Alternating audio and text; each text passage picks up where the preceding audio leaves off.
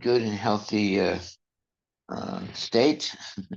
And we're going to begin chapter 25 of the Bhagavad Gita, Canto 3, chapter 25, text number 1, the glories of devotional service. Haribol. And this verse begins, Sonika Uvacha, Kapilas Tattva Sakyata, Bhagavan Atmamayaya, Jata Swayam Aja Sakshat Atma Prajna Taya Taye Nrinam. Sri Sonika said, although he is unborn, the Supreme Personality of Godhead took birth as Kapila Muni by his internal potency. He descended to disseminate transcendental knowledge for the benefit of the whole human race. Haribol. Purport by His Divine Grace A.C. Bhaktivedanta Swami Srila Prabhupada. The word Atma Prajnaptaye indicates that the Lord descends for the benefit of the human race to give transcendental knowledge.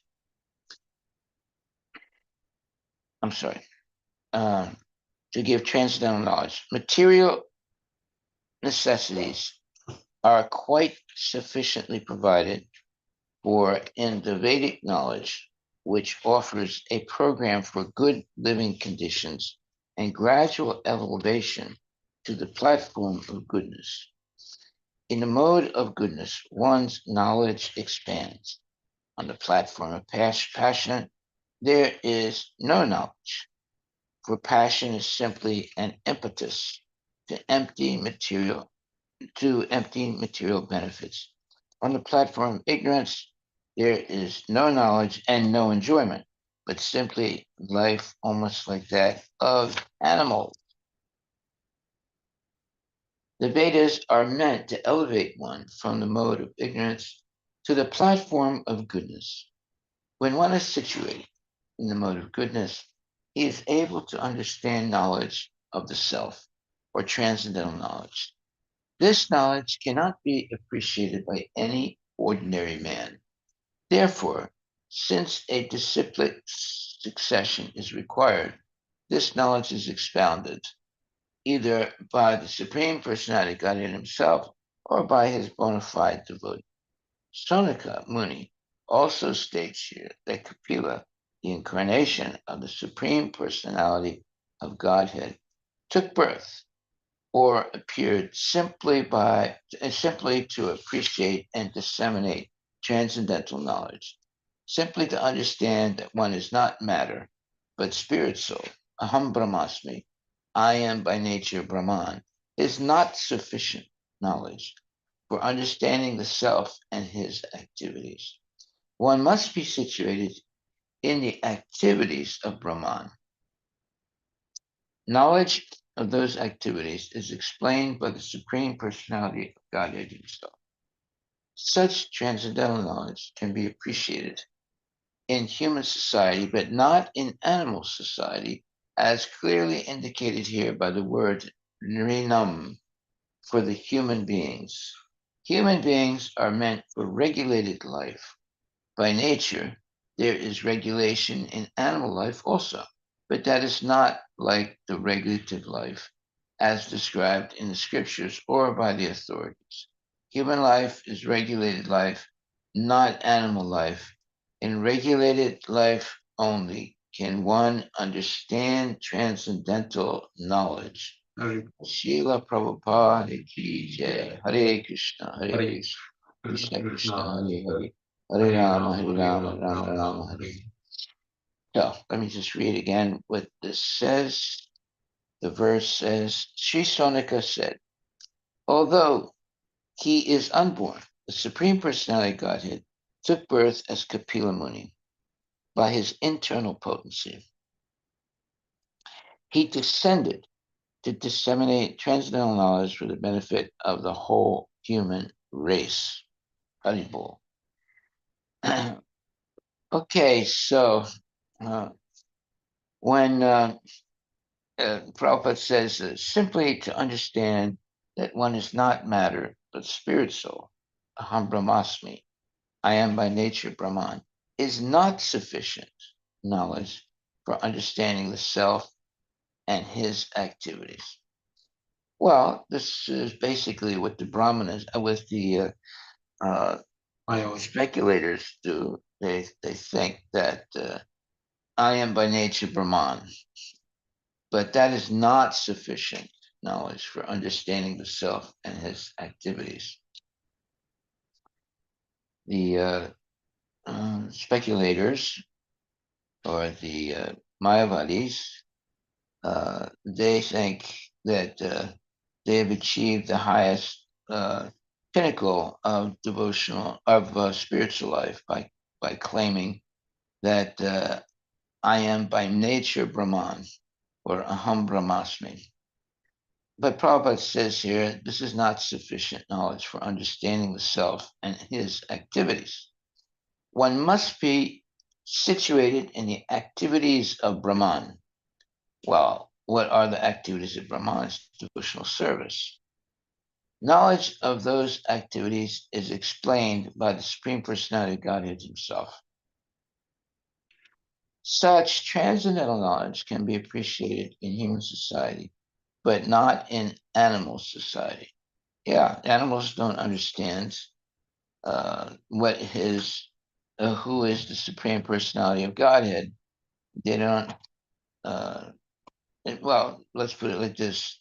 Animals are not advanced enough in spiritual life to pay their obeisances to deities, to oftentimes they pass stool and urine if they come to the temple, like uh, Radhika and other cows that we bring into the temple room. So it's not to say that they're bad. It's just that they don't have the intelligence to know what is right and what is wrong. That doesn't mean they're not cute or they're not nice. It's just that they don't have the intelligence. So only human beings have the potential intelligence to understand the relationship with Krishna. And animals do not have that ability. So we should not be fooled. I know one lady, she's a devotee, but she has a dog. And I told her myself, I said, listen, if you have so much time that you're spending with this dog, at the moment of death, you probably remember your dog and you won't go back to Godhead. I said, you should, this should be your last dog in your life.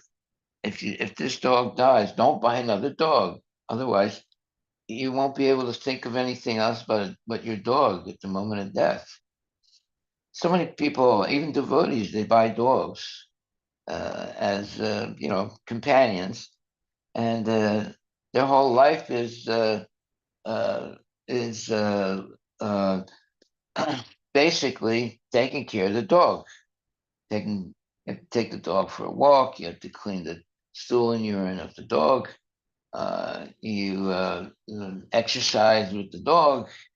The whole life is around the dog and taking care of the dog. And I told this lady who's a devotee, I said, look, when this dog dies, don't buy another dog. She said, okay, I won't do that. But who knows, you know.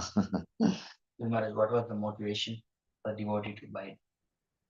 As she's not married, Mm. she lives alone. So she thought if I buy a dog, and by the way, the dog she bought was very expensive. You know, it cost her thousands of dollars, the dog that she bought. You know. And it costs a lot of money to take care of the dog. The dog got really sick, and I think she spent $4,000. The dog needed some kind of a surgical thing on her, you know. So, uh, yeah. Um, someone might say, well, it's just a dog, let it die naturally, and I'll just forget about it. But no, she spent a lot of money on that dog, and the dog is still alive, and she's still walking the dog every day, talking about the dog every day, taking the dog for uh, to the veterinarian and so forth. Maharaj, in India, people pet the dogs, but they stay outside. Is that okay, or the way they're petting in US is quite not supportive for the ocean growth? Yeah, it's not good at all. In India, we used to take care of the sheep, and then they used to have dog, but it just lives outside, just throw whatever left over. Right. That is okay, right, Maharaj?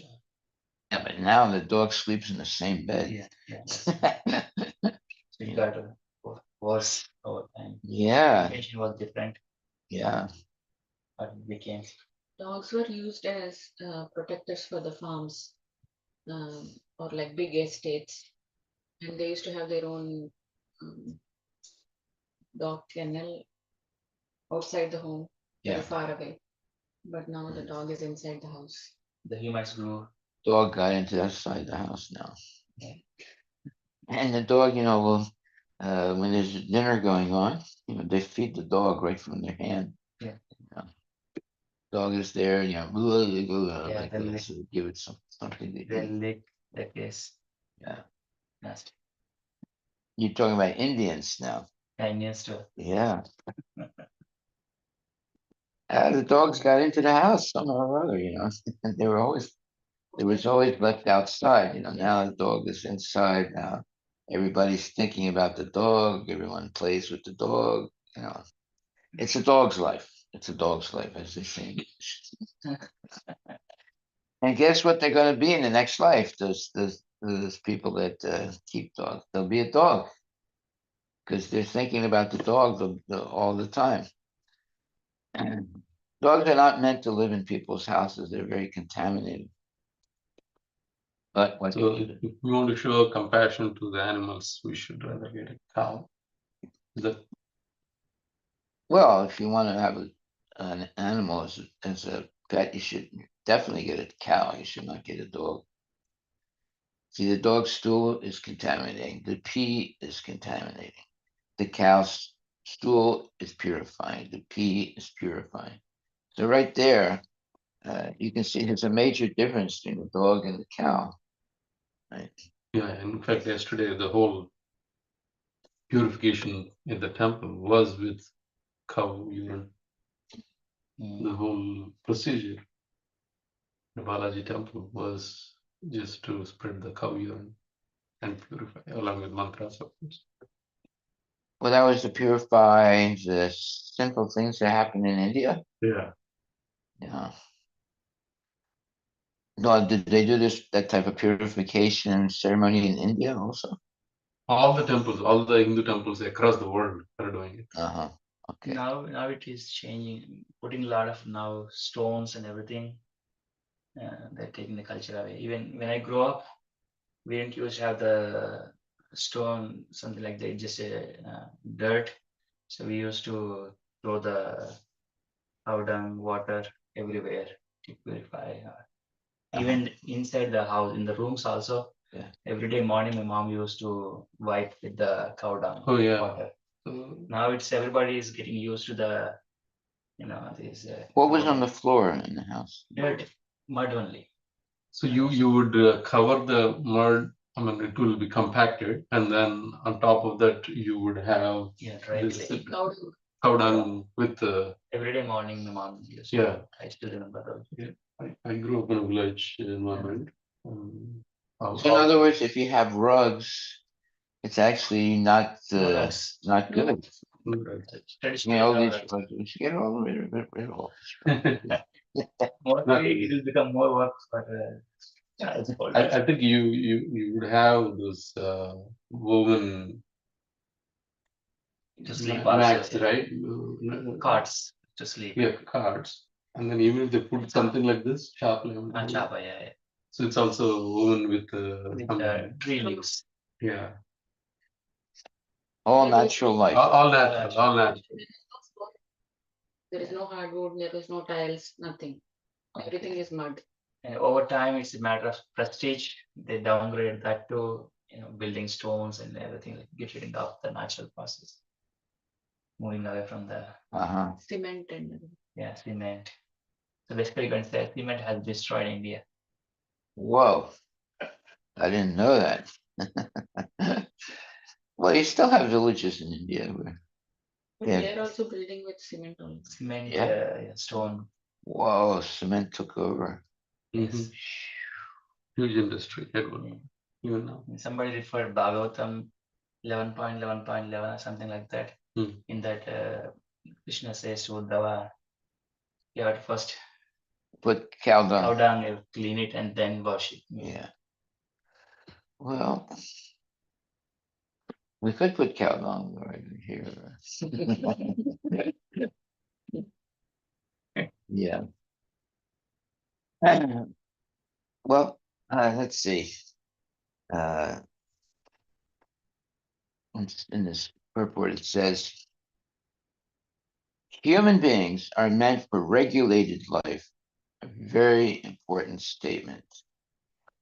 By nature, there is regulation in animal life also, but that is not like the regulative life as described in the scriptures or by the authorities. Human life is regulated life, not animal life. In regulated life only can one understand transcendental knowledge. All right, so this regulation is essential if one is a devotee. The cows are also regulated, but it's not for spiritual advancement. It's just that they're being controlled by Krishna. So they will only copulate. I think dogs get into heat only twice a year, and they're just completely controlled by Krishna. But human beings, they have limited free will. Dogs don't have any free will, but human beings have limited free will, and if they, therefore, they can at any moment either follow Krishna consciousness. I'm talking about human beings. They can at any moment follow Krishna consciousness or not follow Krishna consciousness. The dogs are more regulated in a sense than human beings. They're forced to by the laws of nature. However, human beings can be trained to be very regulated. That's spiritual life. And it says here that one must be situated in the activities of Brahman. All right, whenever it says Brahman, it's talking about the Supreme Personality of Godhead. Right? Knowledge of those activities is explained by the Supreme Personality of Godhead himself. Such transcendental knowledge can be appreciated in human society, but not in animal society, as clearly indicated here by the word Nurinam for the human beings. Human beings are meant for regulated life. By nature, there is regulation in animal life also, but that is not like the regulative life as described in the scriptures or by the authorities. Human life is regulated life, not animal life.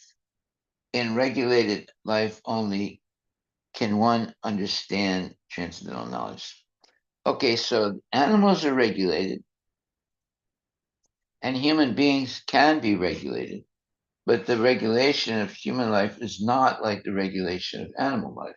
So now, why does it say that?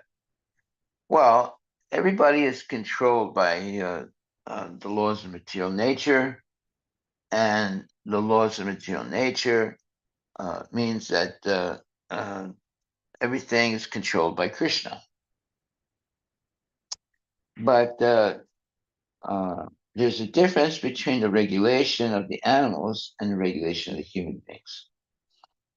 The regulation of the animals, well, it's eating, sleeping, mating, and defending. Those things are regulated. The difference is that human beings also are regulated for eating, sleeping, mating, and defending.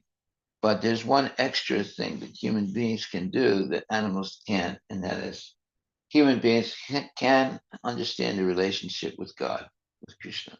The animals can't. So we see, when Radhika comes to the temple or Priya comes to the temple, we bring them into the temple and then they pee and they pass urine sometimes, and they pee and they pass stool sometimes in the temple. That's because they don't have, that's because they're animals, they're not human beings. Someone might say, well, human beings pass stool and urine also in the temple, but they go to the bathroom to do that, right? But yeah, that's the whole point. They don't do that in the temple room. So they have, so human beings are regulated to make spiritual advancement. So, but animals, they're not regulated to make spiritual advancement. They're regulated for eating, sleeping, mating, and defending, but not for practicing Krishna consciousness. So we should not assume that animals can do the same things as human beings. They can be trained to take some instruction from human beings. That's a fact, but they don't have the ability to understand their relationship with God, and people should realize that. And therefore, there's certain things that are permitted, and there are other things that are not permitted for animals. Now, normally, people don't bring like dogs into the house. I mean, normally uh, in Vedic life, people don't bring dogs into the house. They can keep the dogs outside, but not inside. On the other hand, I've been in India and sometimes, and on the bottom floor of the house, they keep the cows, and then on the top floor of the house, they keep cows. Right. So basically, the cows and the human beings are living together in the same building, and that is because cows are pure; they're not contaminated, and also it helps for keeping the house warm because you're keeping all the cows on the floor uh, level, and then above them is the house where people are living. Have you seen that in India? Not multiple floors. At least in our home village, Yeah. only single floor, our ranch houses. So they don't have any cows in the No, bottom floor. no, not now. I've seen in India. I've seen the cows on the bottom floor and people living on the top. We have a shed separately for the house also. Uh-huh. And so you guys became modern, not original. I went improvised. Right already. I went to people's houses in India where the cows were on the first floor. First floor. Yeah. I was a little surprised when they said, Oh, Lord. what's that? In the village that I grew up, there are some homes where there's 2 floors. Mhm. And I don't know that they had Yeah. house on the one floor, but at least they had 2 floors. Yeah, I saw this in India. The family had the cows on the bottom floor. So much. Yeah. Statistics 2024. 66% of the US households own a pet. That's What? used to be 56% in 1988. Now it's 66%. Have what? Pet. In- 66. Living in the house. 66% of the US households. Wow. Have a pet. It will be 90. Living in the So house. another 40 years, maybe 70, 80, 90. But that pet means usually it's a dog. Yeah, just Dog or a Dogs. cat. Oh, Mostly. cat. Oh, Parrot. yeah. I forgot about Cat the is also. cats. Okay. Yeah, cats are nonsense. Okay, so Prabhupada says here, simply understand that one is not matter, but spirit soul, aham brahmasmi, I am by nature Brahman, is not sufficient knowledge for understanding the self and his activities. One must be situated in the activities of Brahman, what it means Krishna consciousness, understanding your relationship with Krishna, God. Knowledge of those activities is explained by the Supreme Personality of Godhead Himself. Yeah. Such transcendental knowledge can be appreciated in human society, but not in animal society, as clearly indicated here by the word Nrinam, for the human beings. Human beings are meant for regulated life. By nature, there is regulation in animal life also, but that is not like the regulative life as described in the scriptures or by the authorities. Human life is regulated life, not animal life. In regulated life, only can one understand transcendental knowledge. Well, yeah, animals are also regulated, right? In fact, you might say that they're more regulated than human beings because they're being controlled by Krishna. So they copulate. I think it's only twice a year they get into heat and try to have babies. But human beings, and they're not regulated like that unless they're spiritually trained. So, in one sense, one might think that animals are more regulated than human beings, but it's not the same thing because human beings will be regulated, well, the ones that are more advanced for spiritual advancement. The animals are regulated for by the laws of material nature for not for spiritual advancement, but for uh, being, let's say, regulated in their material activities. So animals will only copulate uh, twice a year. Look that up. I think it's twice a year. It's not once a year. Where they can, when they get into heat and they try to have babies. Um, whereas human beings, they can be regulated or they can be non-regulated. Uh, Most human beings live like worse than animals because they're not living a regulated life. Okay. It seems like every 21 days, it says. What about that?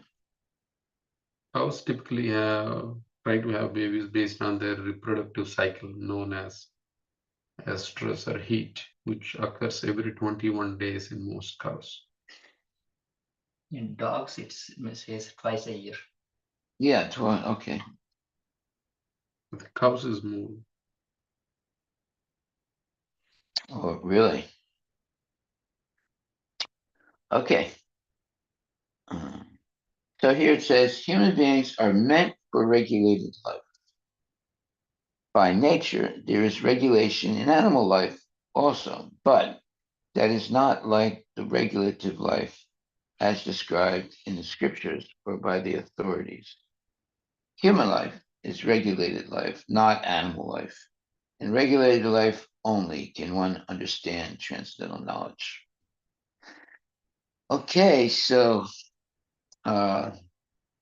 animals are regulated for their sense gratification. Well, let's say the dogs, they only try to have babies, what, twice a year? Yes, Maharaj. Yeah, dogs are twice a year. Yeah. The cows, you will have to control them, otherwise you can. And typically in the farms, they allow certain timings so that the babies are born in the spring or fall rather than in the winter to protect So them. they're not regulated for copulation. Yeah, Okay. So therefore they have to separate them. You have to separate the bulls from the cows. yeah. That's what is recommended. Yeah. Okay. Hare Krishna Maharaj. Yes, Haribol. Haribol Maharaj. Maharaj, nowadays uh, animals are more regulated than humans. Like they will not like eating, sleeping, mating, and defending. They will do only when it's needed. But humans don't follow those things at all. Like they will not eat, they will not overeat, they will not oversleep. They will go by the sun cycle for sleeping. They will eat as their body needs. And mating we have discussed. And defending again, they will not harm other animals until unless they are hungry. So they are Mm. nowadays they are more regulated than normal human beings. All right. So they're regulated by Krishna. Yes, yes, Maharaj, yes. See, that's the problem when you have limited free will. And if you have limited free will, that means that you can choose not to be regulated according to like the animals, and to do things that are, let's say, not correct in your life. Whereas the animals are more regulated than the human beings, but it's not the same thing. It's by the laws of material nature. So when a human being becomes regulated for spiritual life, now they're a human being. If they're regulated for sense gratification, they're not, uh, let's say, spiritually elevated. Like I knew one man. Uh, every time he would eat, he would first weigh the how many pounds of food he was going to eat. So he would only eat, I think, like 1 pound of food, and he was very strict about his diet. So that's a type of regulation, right? But it was not for spiritual advancement. It was just for what he thought was his health. So he had a little, what do you call it? A thing for uh, Wait, weighing. here. Yeah. And he was very strict about his eating. So animals naturally are regulated by Krishna, but human beings have limited free will. So they can be unregulated, or they can be partially regulated, or they can be not regulated in their life. So human beings have limited free will, and they can either use that limited free will for good or for bad. That's why there needs to be education. Human beings should be educated how to be regulated for Krishna consciousness. That's what we learned when we joined the Hare Krishna movement. We were taught right from the beginning to be regulated in for Krishna conscious activities. But the children that grow up in houses, they are regulated, but regulated for sense gratification, not for Krishna consciousness. And uh, and even though that regulation for sense gratification is what you would say horrible, because they basically are wasting their vital energy for sense gratification and not using that vital energy for Krishna consciousness. So in Krishna consciousness, there are fasting days, and on during different times of the year, there's fasting days, and then there's also festivals and things like that where you have to fast. Actually, if you count the number of fasting days in Krishna consciousness, it's the same as the number of days that the Muslims have Ramadan. Ramadan is 1 month, right? And if you count all the fasting days in Krishna consciousness, it's about 1 month also. So the idea of being regulated, when the Muslims are regulated, it's good principle. There are so-called religious principles, but as soon as their 1 month is over, of very regulated life, they slaughter a whole bunch of cows and other animals and eat them. What is it called? It's called anyway. There's they have this for 1 month. They're very careful about what they eat and everything like that. And then as soon as that month is over, that's Ramadan. Yeah, Ramadan. Yeah. And then Then they have, a 11 big, months of 11 months of eating meat. So, yeah, so there's different types of regulation. Yeah. Animals are Maharaj, regulated the yes. Maharaj, Go ahead. The Muslim in Ramadan, they when they are doing fasting, basically, they eat in night time, not in daytime, basically. Okay. So that is also, I think, that is wrong. Yeah, What they they, do is all day long they'll fast, mm, and as soon as it's nighttime, they stuff their mouths with plenty of food. But I don't think they eat everything. They only eat certain things when they're fasting. I'm not sure about that. But sometimes they'll stay up during the day, they fast. And then as soon as it's night, they start eating a lot of things. Sometimes they'll eat right before the sunrise. uh, so it's they're not really fasting then. Their fast is just during the daytime. At night they don't really fast. After sunset, they leave. Yeah. As I say, actually, Muslims eat meat during Ramadan. Oh yeah. That means they eat meat all year round. yeah, Yeah. breaking the fast. Iftar. What is it called again? Iftar. Iftar. Iftar. Iftar.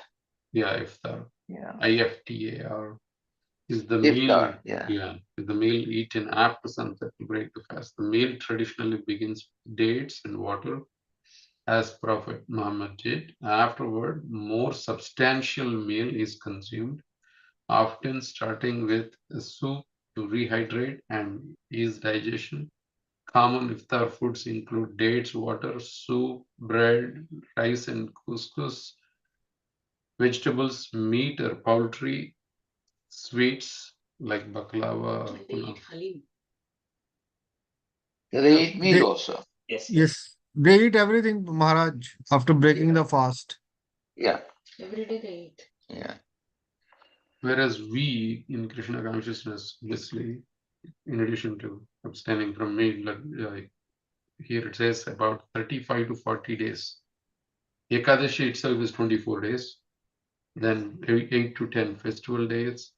then about 5 to 10 appearance and disappearance days. Yeah, that's why I said, if you count all the days that we fast, it's the same as the Muslims, 1 month. But they do it at once, all together, and we do it at different times. But if you count all our fasting days, it's at least a month. Yeah.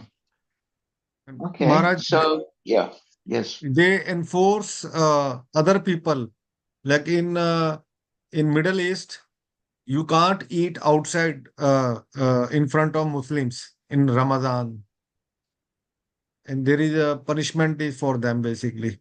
Like if somebody Muslim is doing fasting and you can't eat in front of him if you are not Muslim. Basically, the Muslims will not eat, but so there is a punishment for them also. Like if you eat in front of them, yeah.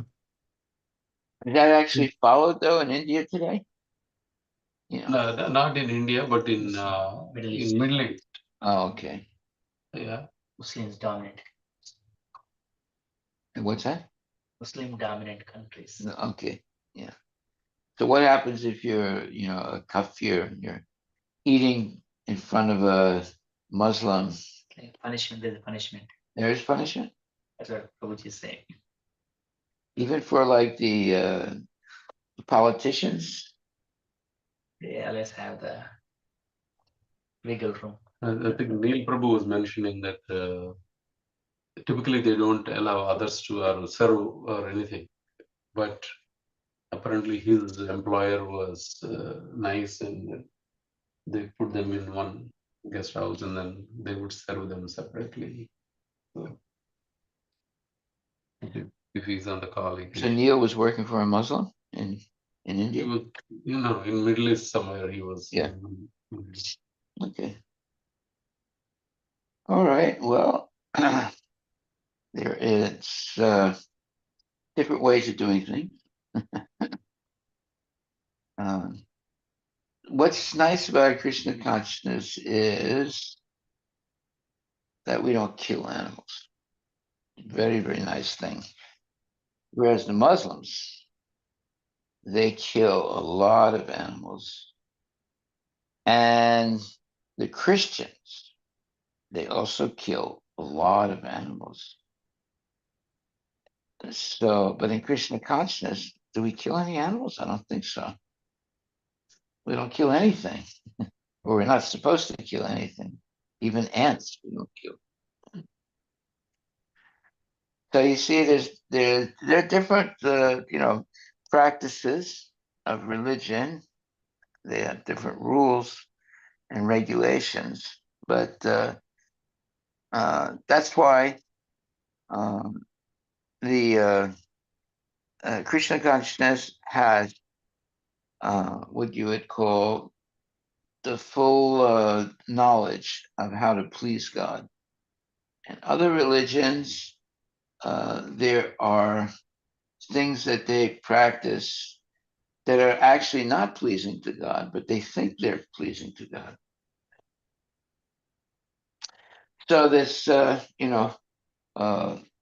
Ramadan, there's like a slaughter that takes place.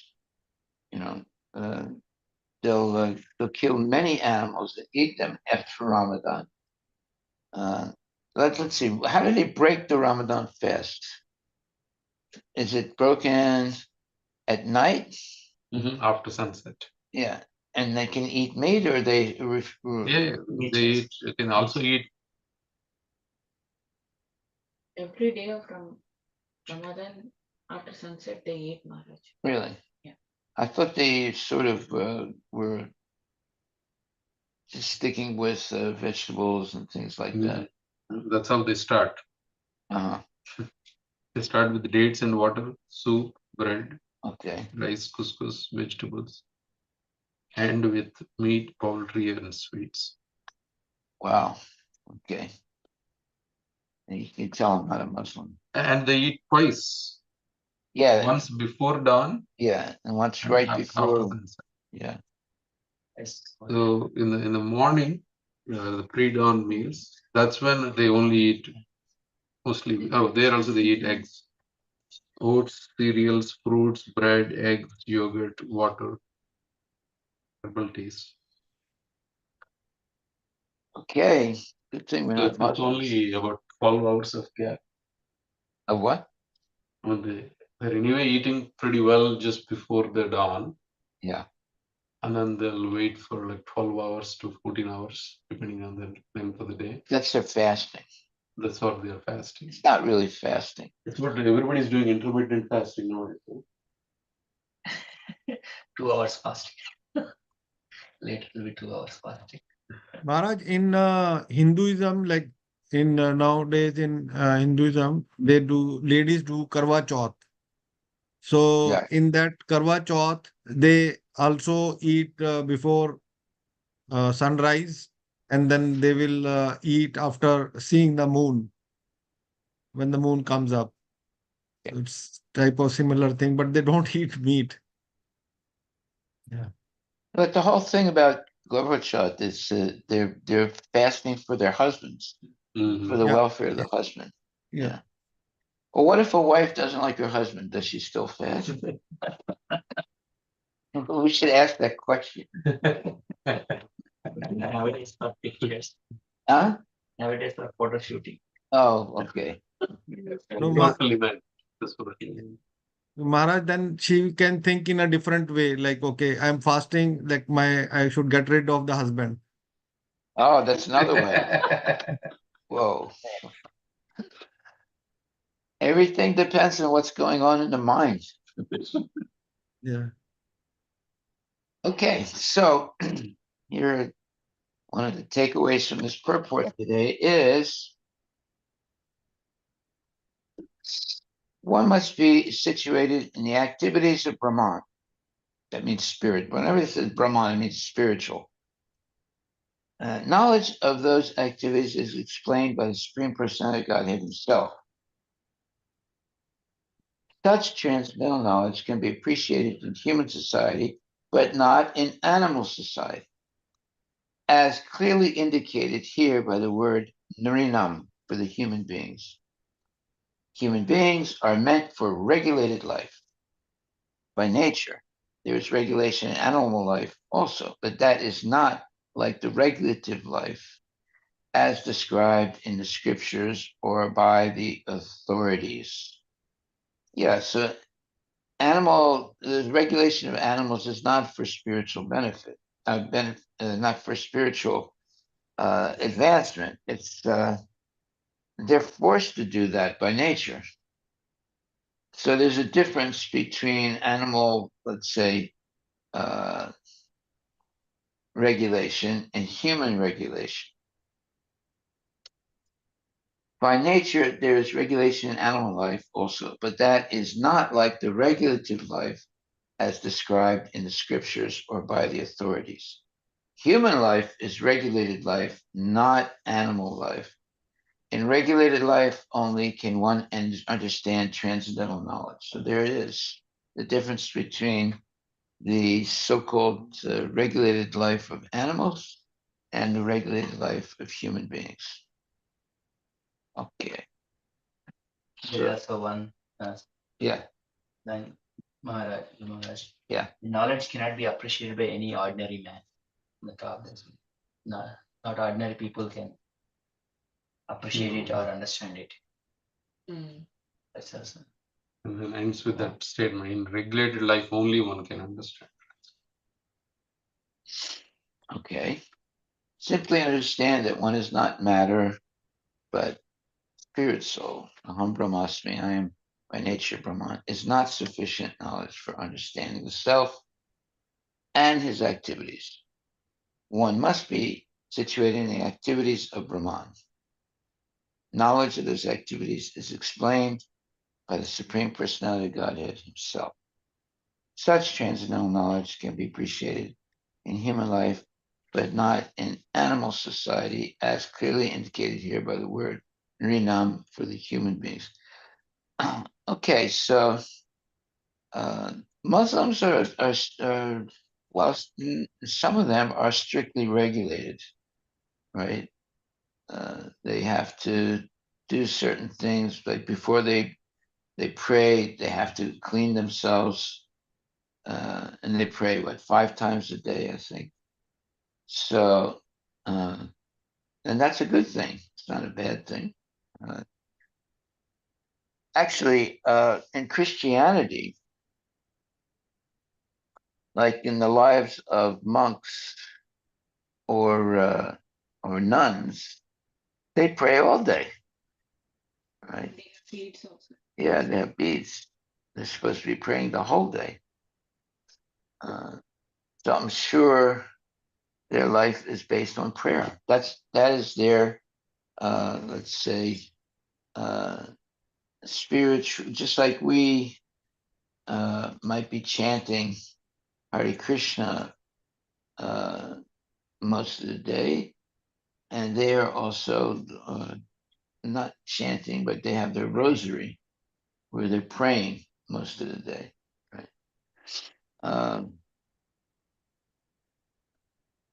Yeah, I think that when there's if you live in a monastery, then they're more or less praying all day long in the monastery.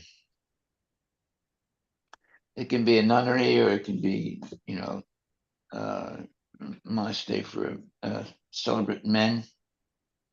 There's this one island, I think it's an island in Greece, where women are not allowed to go there. And there are only priests there, only men. And women are not allowed to go. And they're very strict about their prayers. Why don't you look that up? What's the name of that island in Greece where there are only men, and they're all priests, and their whole life they spend there on that island just praying. Nuns pray multiple times a day, and the exact schedule varies by religious order.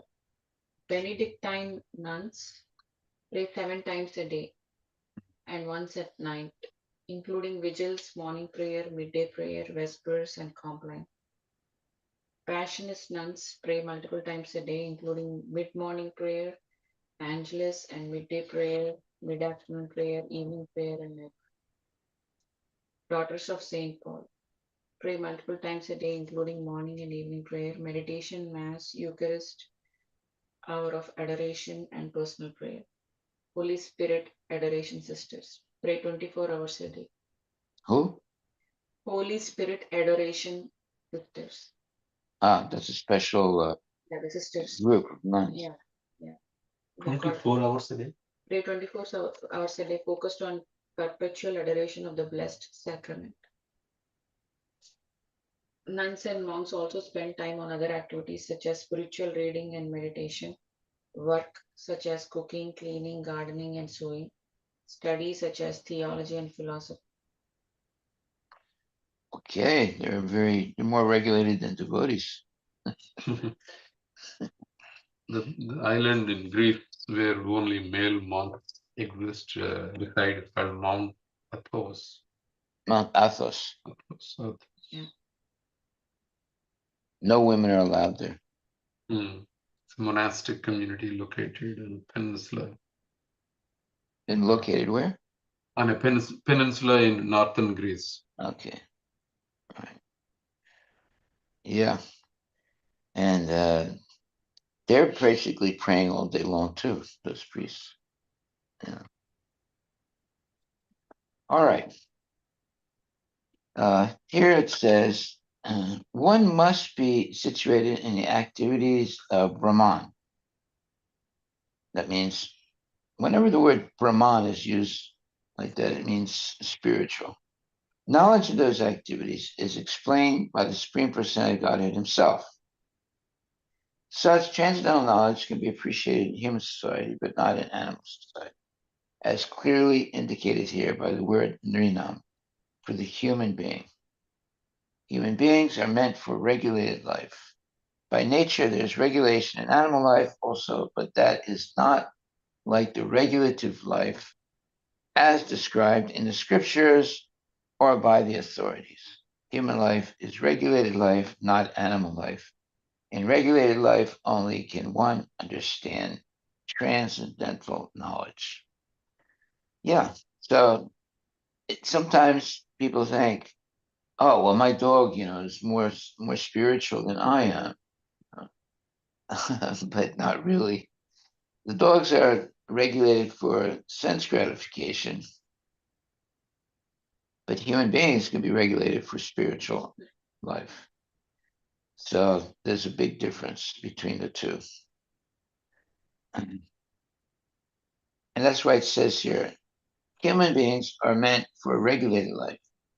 By nature, there's regulation in animal life also, but that is not like the regulative life as described in the scriptures or by the authorities. Okay, so there's a difference between animals who are regulated and humans who are regulated. All right, so any questions or comments? Right? Yes. These nuns are praying so much, right? Yeah. Will they come to Krishna? Will they go to Krishna? Yeah. Even though they are praying to Jesus? Oh, what happens to nuns when they die? Is that what you're saying? They are praying 24 hours a day. But they're eating meat. Why don't you look up?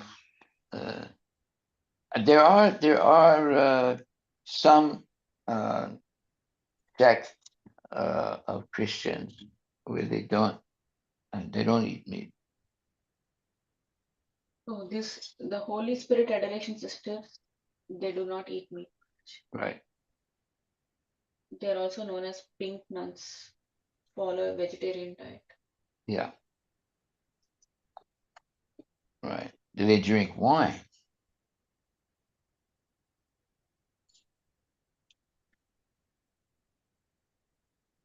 There's a saying amongst Christians, in vino and in vino veritas, in wine there is the truth.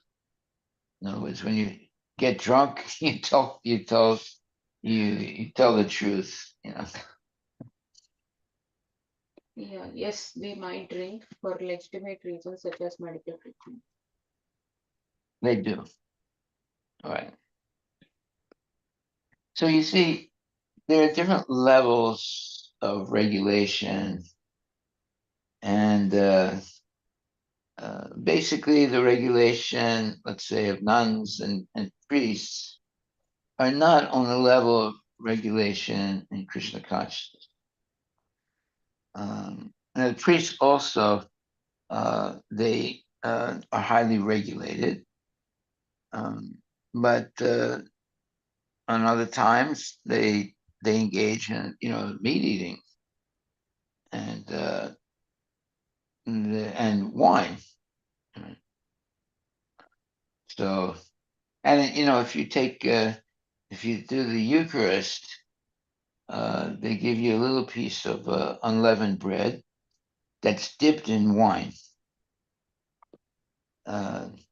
So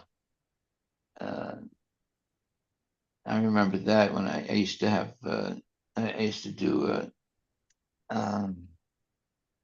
well, you used to participate in the Eucharist. We would always have, the priest would always give you a little piece of unleavened bread. It was dipped in wine, right? And he didn't wash his hands all the time.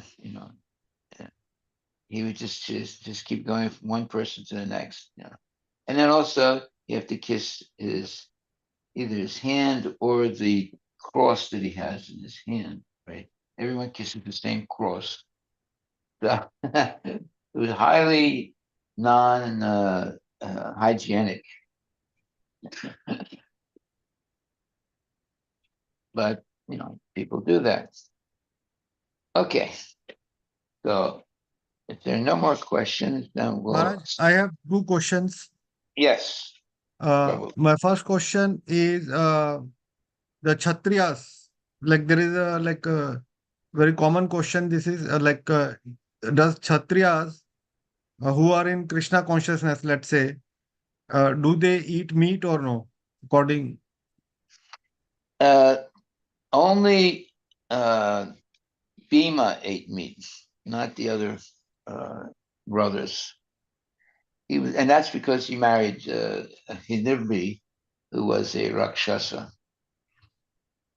So normally, like I mean, the uh,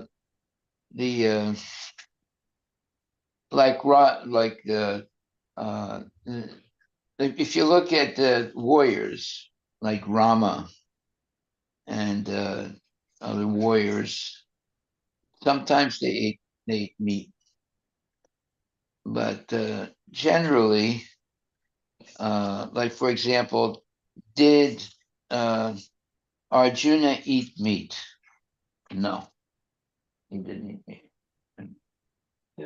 One devotee showed references that Rama never ate meat. That's through Ramayana, Valmiki Ramayana. Okay, There is an elaborate video on that. so Rama Yeah. never ate meat. Yeah. Yes, but Bhima ate meat because he married Hidimbi. She was a Rakshasa. So he ate, she was making meat for him. So there's a lot of different things in life and Krishna conscious life. But Prabhupada himself never in his whole life did he eat meat. Never. So that's what we follow. That's why he's guru. He's giving a right example for those people who want to have a complete spiritual life. And Prabhupada, see, he went through all the different stages. He was like, he's married, he had kids, and he was working, and then he took up complete renunciation. So he went through all the different stages of life in a what you would call exemplary way.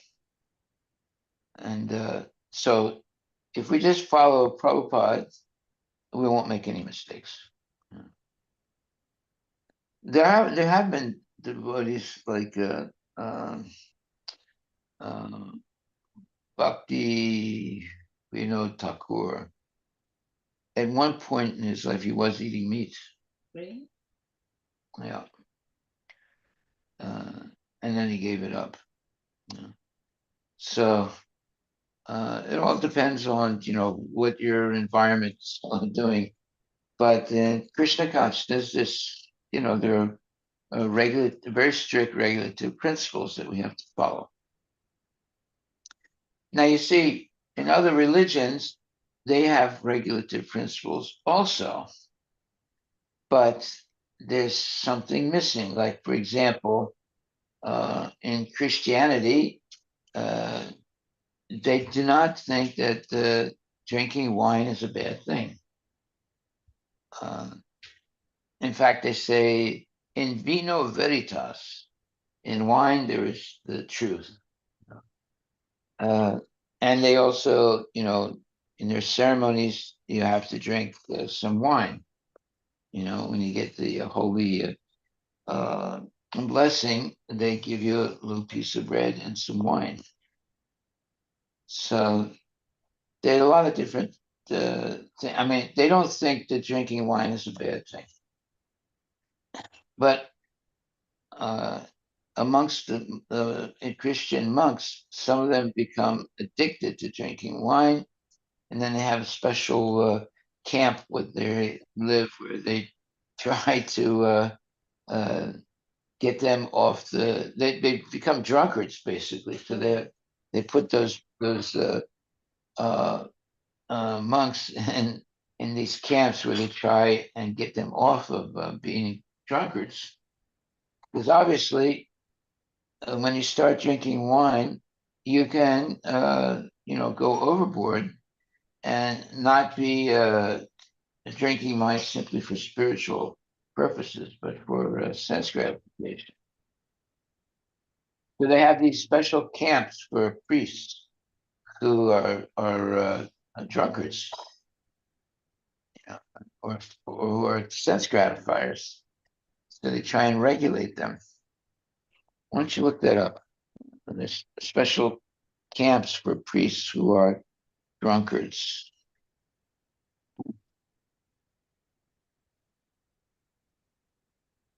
So Prabhupada said that there is no river long enough to purify a glass that has been touched by wine.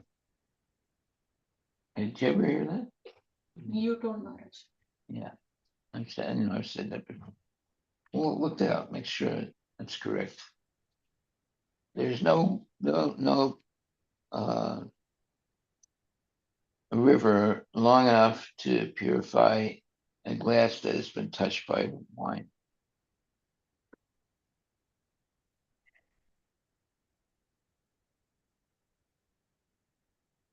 And here we see that in Christianity, they have to drink wine. You know.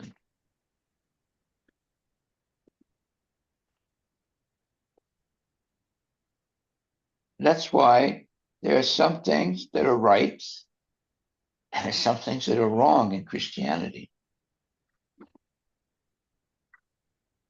And some of those things that are wrong are mandatory.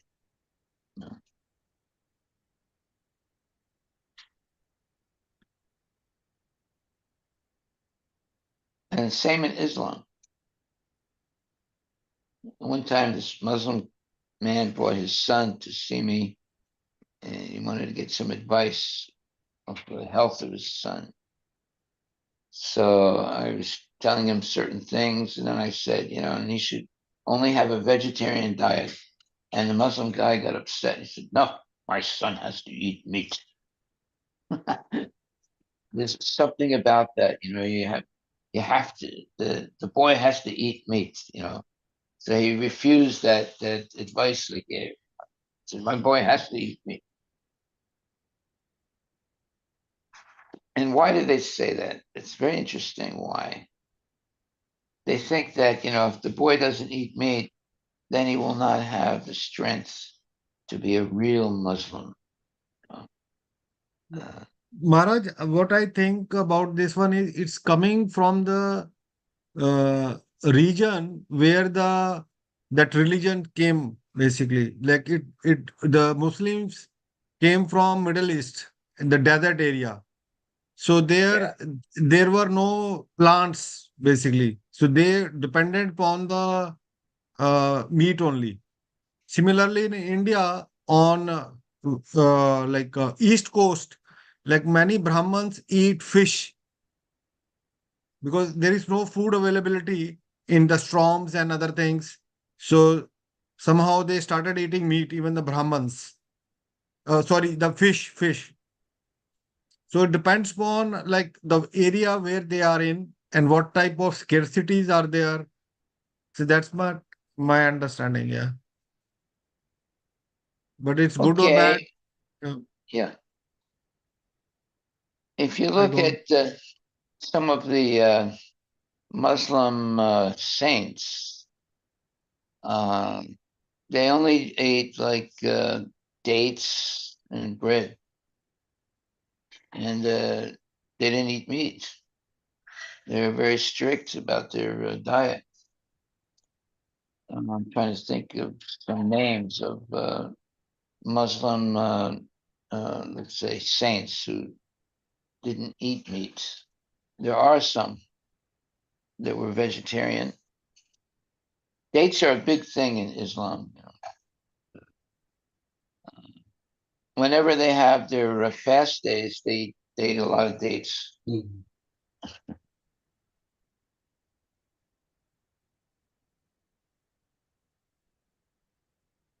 And when you go to, what is it called? Iftar?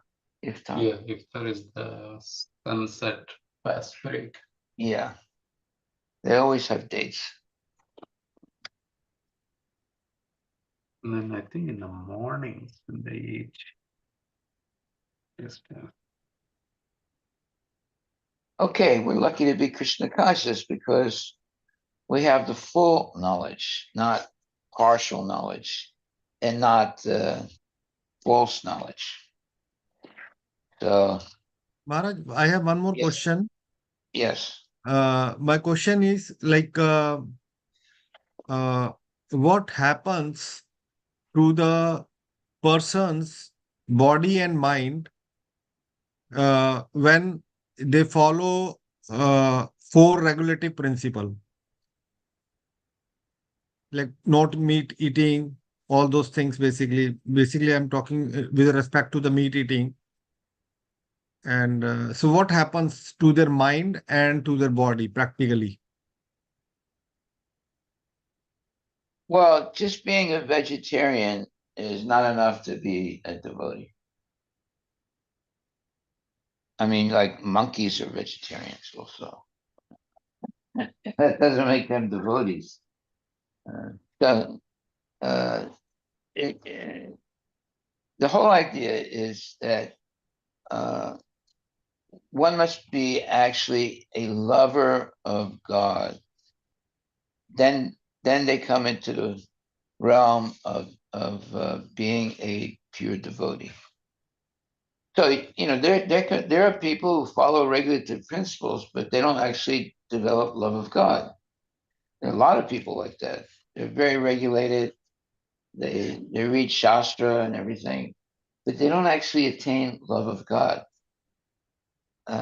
So the real purpose of spiritual life is to attain, and it doesn't matter what religion you're following. If you attain love of God, you become, a transcendental person. And you could be a Christian, you could be a Muslim, you could be a Hindu, so forth. But if you don't attain love of God, you just have a perfunctory practice of spirituality, then you're not really, Krishna conscious. So how do you know if someone has attained love of God? Well, because 24 hours a day, they're thinking of Krishna. They're following the rules and regulations of Krishna consciousness. So then, would you say that nuns or priests attain the love of God?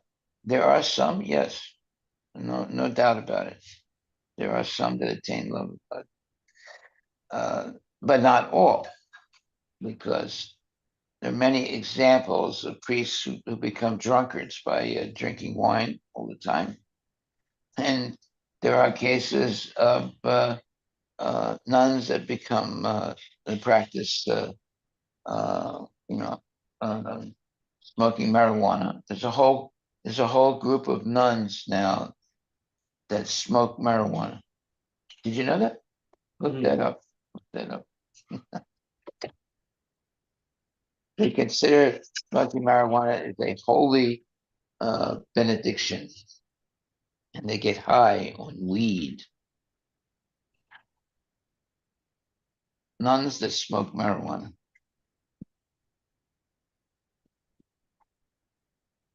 You see, there's so many deviations in this world today. And that's why we should be very thankful to follow Krishna consciousness the way Prabhupada has presented it, so that we don't engage in nonsense things, just like the nuns that smoke marijuana. So they're not the Catholic nuns, Maharaj, but they're part of an international group founded in 2014 called Sisters of the Valley, which has pledged to spread the gospel of the healing powers of cannabis. All right. So they're not like The Catholic. Catholic nuns.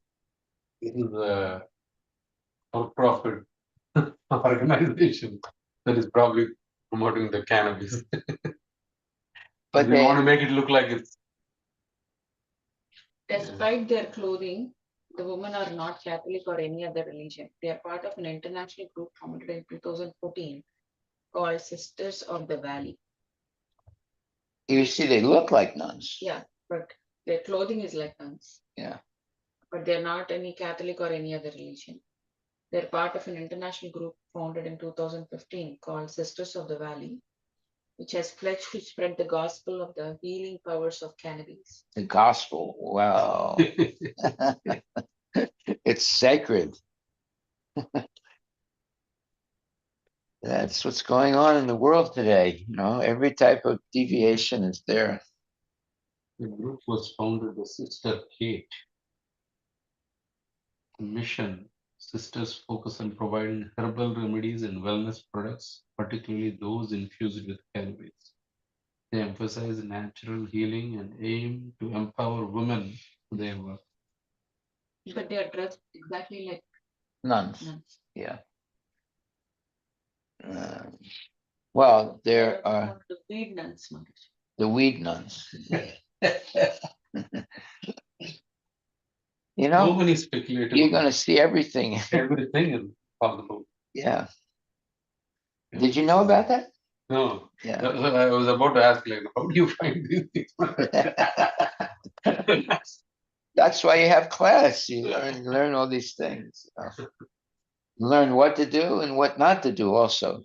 So you don't have to experiment, with what not to do. You can just hear about it, and know to avoid it.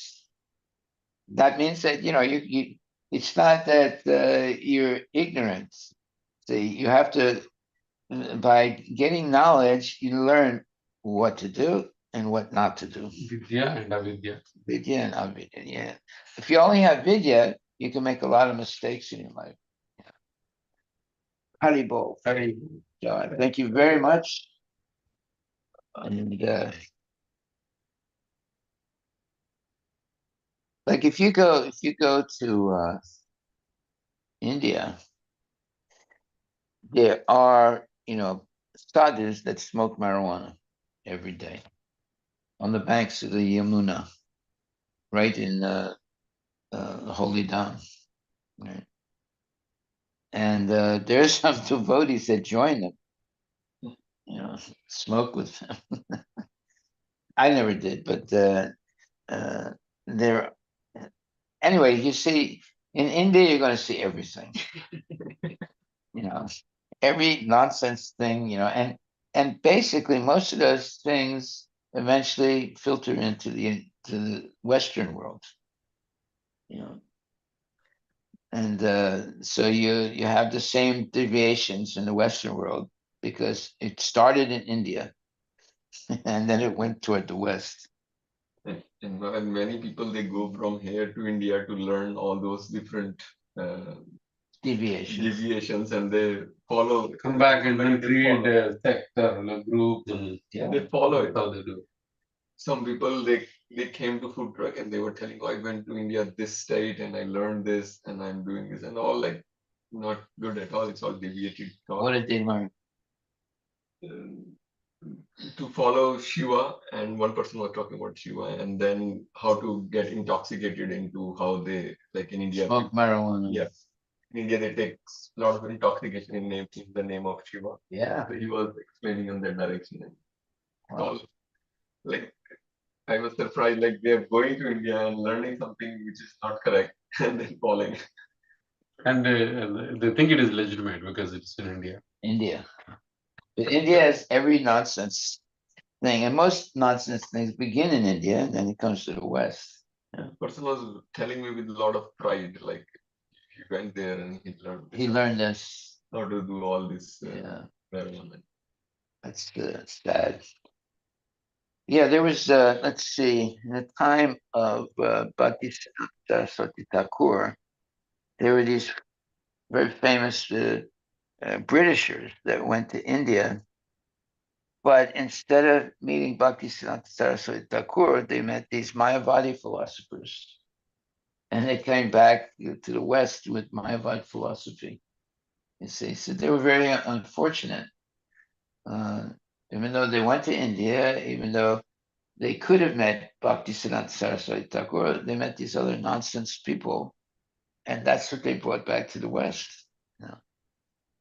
So it's a very, very special thing to be blessed to meet holy people when you go to a holy place, because you have a lot of deviance in the holy places also. In fact, they purposely go to the holy places to mislead people. So you have to be very careful. Like even in Vrindavan, you have prostitutes. Did you know that? You have shared one. Yeah. Even in Vrindavan, if you're looking for those things, you're going to find them. Prostitutes, and they have people that smoke ganja in Vrindavan. So some people go to Vrindavan to get contaminated. So you have to be very careful, very, very careful. All right, so we'll stop right there with uh, um, the so-called sadhus who smoke marijuana. That's the last point today. They're not really sadhus. They're basically boga. So you can find those things even in the holy Dham. You have to be very careful, very, very careful.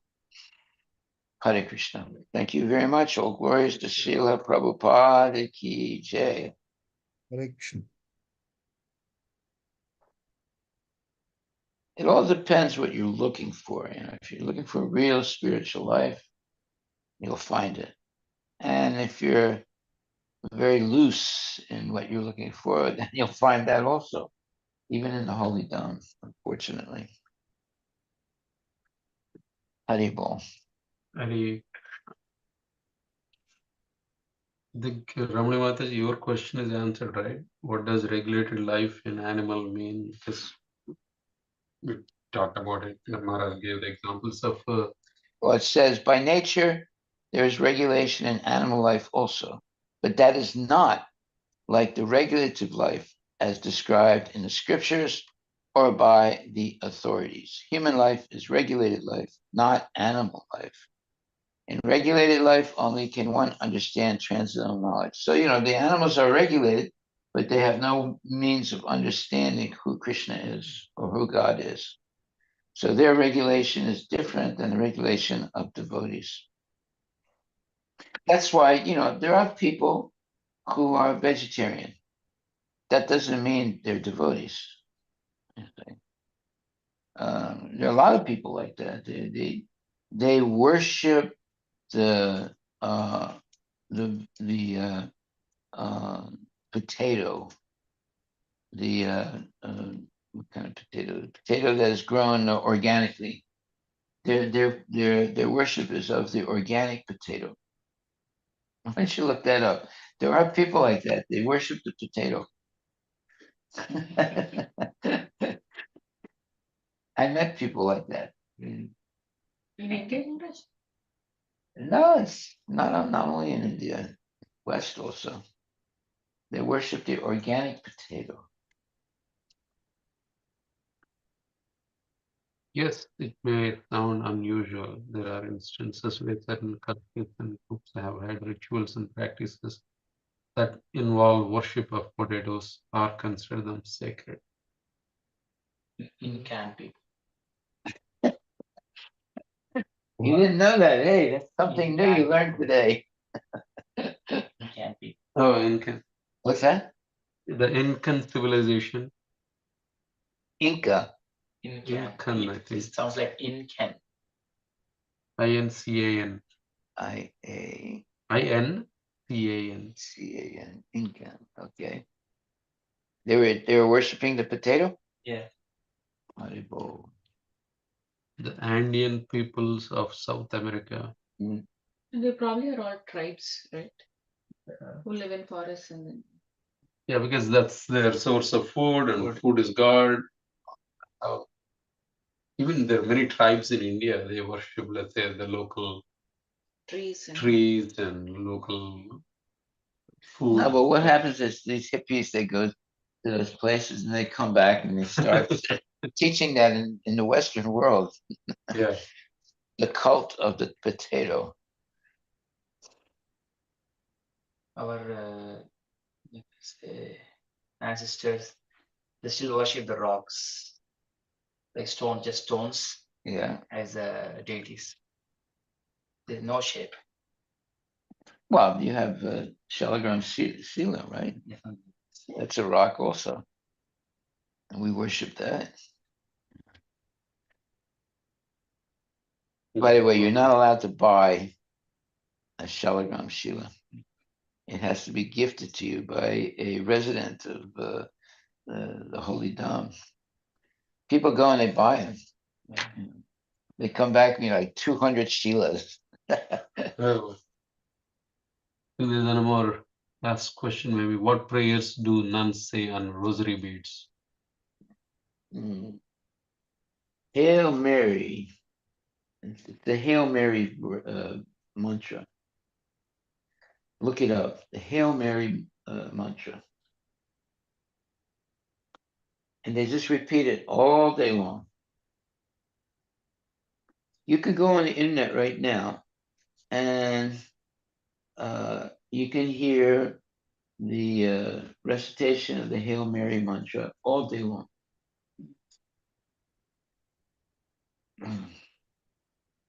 That's their mantra. The men and the women both, they use that as their. We have the Hare Krishna mantra. They have the Hail Mary mantra. What does it say? It's Hail Mary, full of grace. The Lord is with thee. Blessed art thou amongst women, and blessed is the fruit of thy womb, Jesus. Yeah, that's their mantra. You can hear it also. Just look up. YouTube. Yeah, look up on YouTube. They say that all day long, all day long. And they have, just like we have, japa time, right? Then they have that also where they recite that mantra, Hail Mary mantra. So they have this. They also have just like our Om Jnanadim Grandhasya, like that. Yeah. Like that. They have start with.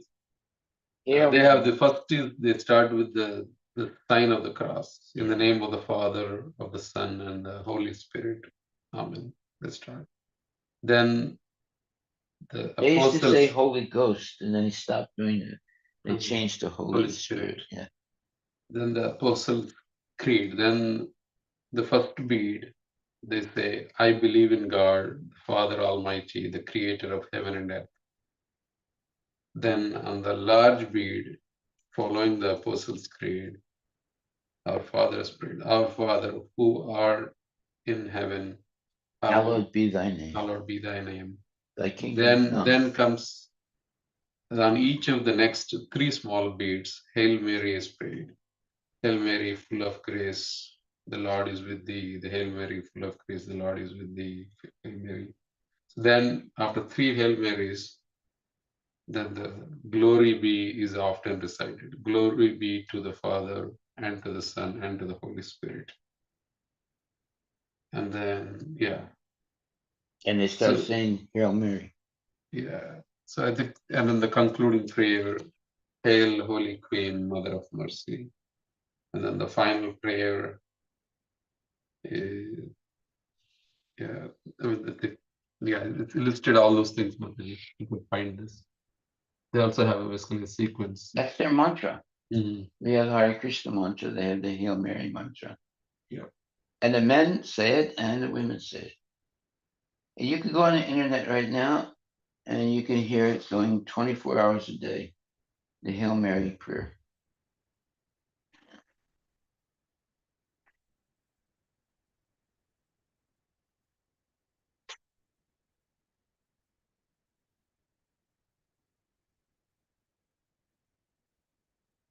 Okay.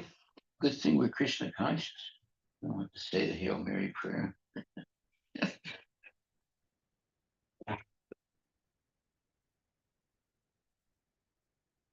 Mm-hmm.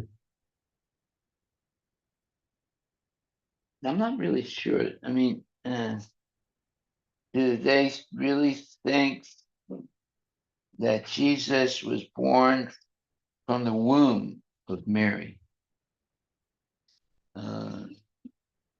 That would make him an ordinary person.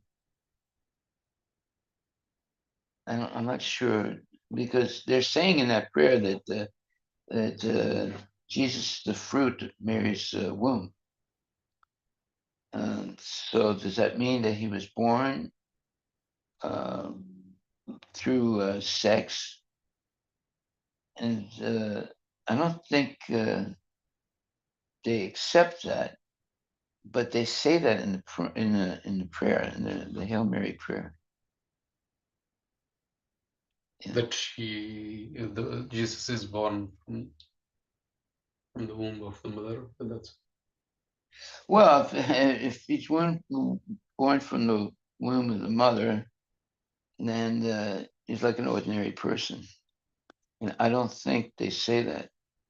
no, but let's say in case of Kunti and the Pandavas were born through the demigod blessing. Yeah.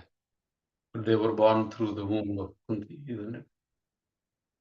So it's not normal human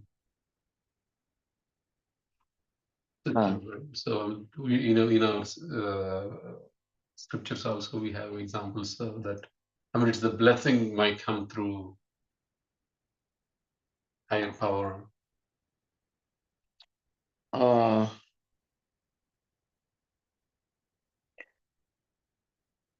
If you look at how Krishna was born, he was not born from sex.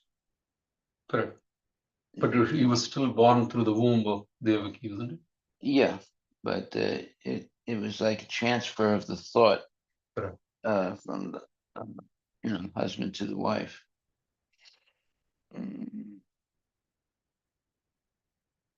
But there is such what is it called? It's birth that is not through sex. Immaculate. Immaculate conception. Yeah, immaculate conception. Correct. Look that up. Immaculate conception. Regarding the Jesus, Yeah. It says according to Gospels of Matthew and Luke in the Bible, Mary conceived Jesus through the Holy Spirit, not through a human father. Right. Through the power of the Holy Spirit.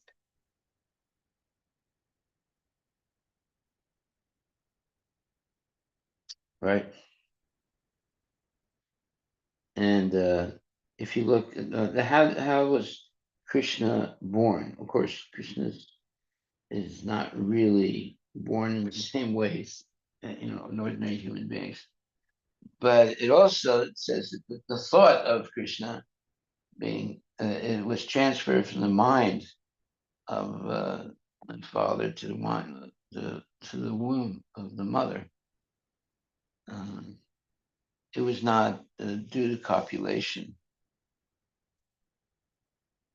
Once you look that up, how the appearance of Krishna.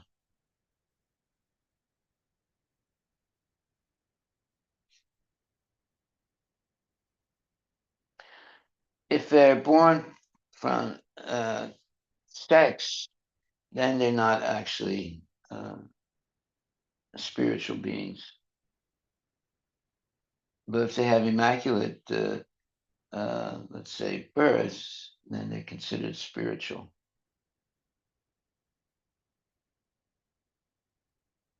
I think in the Krishna book it could be there. It's in the beginning of the Krishna book, first chapter. How Krishna appeared.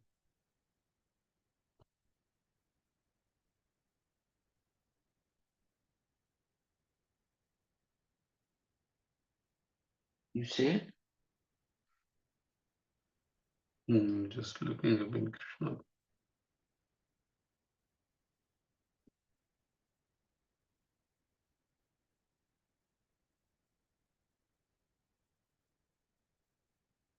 You'll see some, things that are similar in Christianity and in Krishna consciousness. Especially when you talk about the appearance of Jesus and the appearance of Krishna. So in the chapter 2 is the prayers by the demigods for Lord Krishna in the womb. Let's see.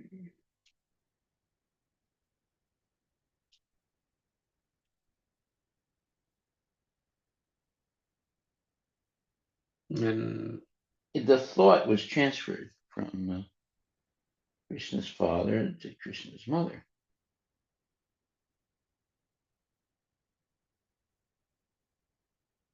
It was not based on sex.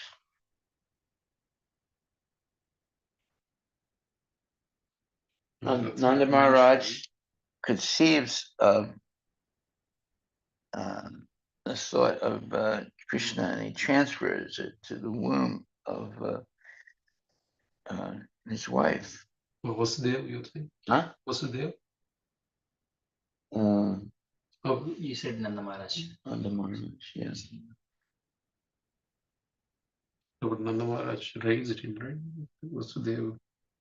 So when Kamsa was killing, so here when Devaki became pregnant for the 7th time, a plenary expansion of Krishna known as Ananta appeared within her womb. Devaki was overwhelmed with both jubilation and lamentation. She was joyful, for she could understand that Lord Vishnu had taken shelter within her womb. But at the same time, she was sorry that as soon as the child would come out, Kamsa would kill him.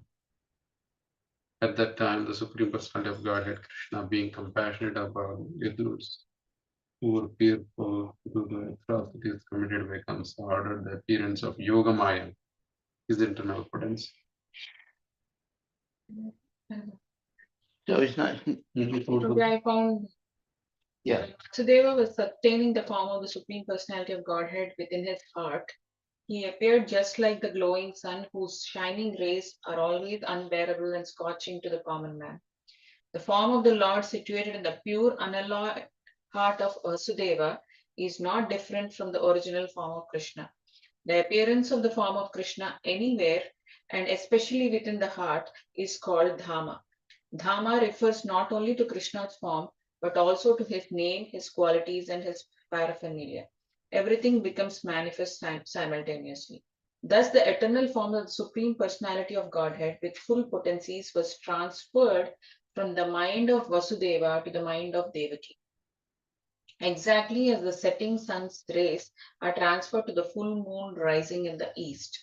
Krishna, the Supreme Personality of Godhead, thus entered the body of Devaki from the body of Vasudeva without being subject to any of the conditions of an ordinary living entity. Since Krishna was there, it is to be understood that all his plenary expansions, such as Narayana and incarnations like Lord Narsimha and Varaha, were with him, and they also were not subject to the conditions of material existence. In this way, Devaki became the residence of the Supreme Personality of Godhead, who is one without a second and the cause of all creation. Devaki became the residence of the Absolute Truth, but because she was confined within the house of Kamsa, she looked just like a suppressed fire or like misused education. While when fire is kept in a jug, the illuminating rays of the fire cannot be very much appreciated. Similarly, misused knowledge, which does not benefit the people in general, is not very much appreciated. So Devaki was kept within the prison walls of Kamsa's palace, and no one could see her transcendental beauty, which resulted from her conceiving the Supreme Personality of Godhead. But Kamsa could see that she was pregnant with Krishna. Kamsa, however, saw the transcendental beauty of his sister Devaki, and he at once concluded that the Supreme Personality of Godhead had taken shelter in her womb. She had never before looked so wonderfully beautiful. He could distinctly understand that there was something wonderful within the womb of Devaki. Right. But he didn't kill her right away. He didn't try to kill her. Haribol. Right. Yeah, so there are many things that, sound the same in the Bible and in Krishna consciousness. The eternal form of the Supreme Personality of Godhead with full potencies was transferred from the mind of Vasudeva to the mind of Devaki, exactly as the setting sun's rays are transferred to the full moon rising in the east.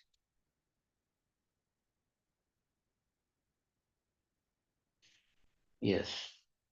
So, in the in the birth of Jesus, I think it sounds similar. That there was no copulation involved. It was From the immaculate. They call it immaculate concept. conception.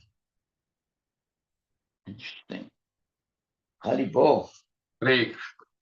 All glories to Srila Prabhupada. If you go back far enough, you'll see that Krishna consciousness was practiced then also.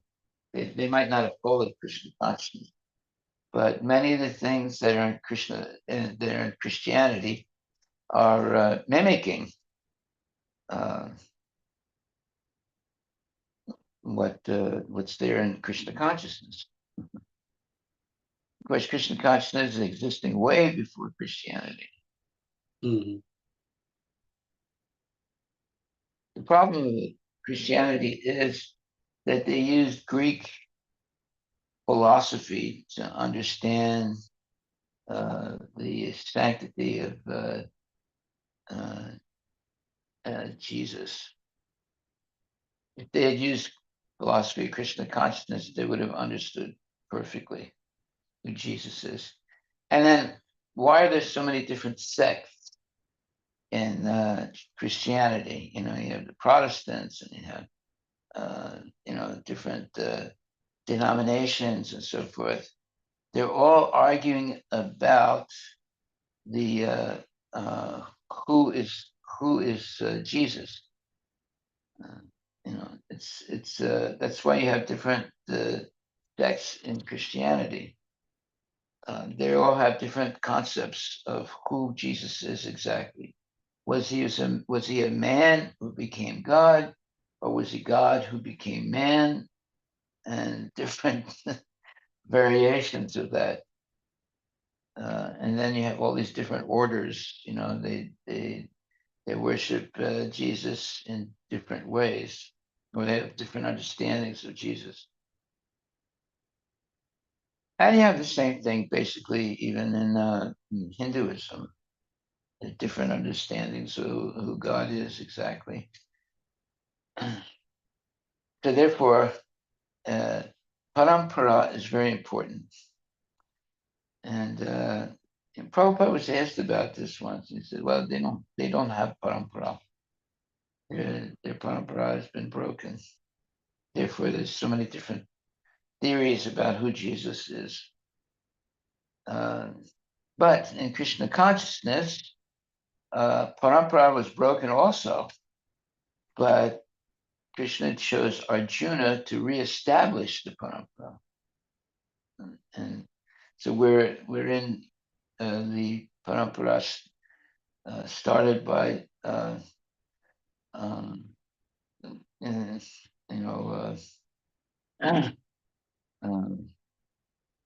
Arjuna. Krishna chose Arjuna to reestablish the parampara. Haribol. All glories to Prabhupada.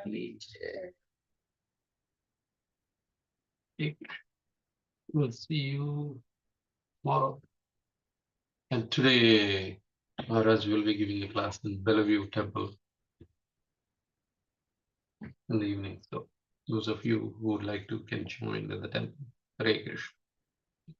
Haribol. Hare Krishna. Hare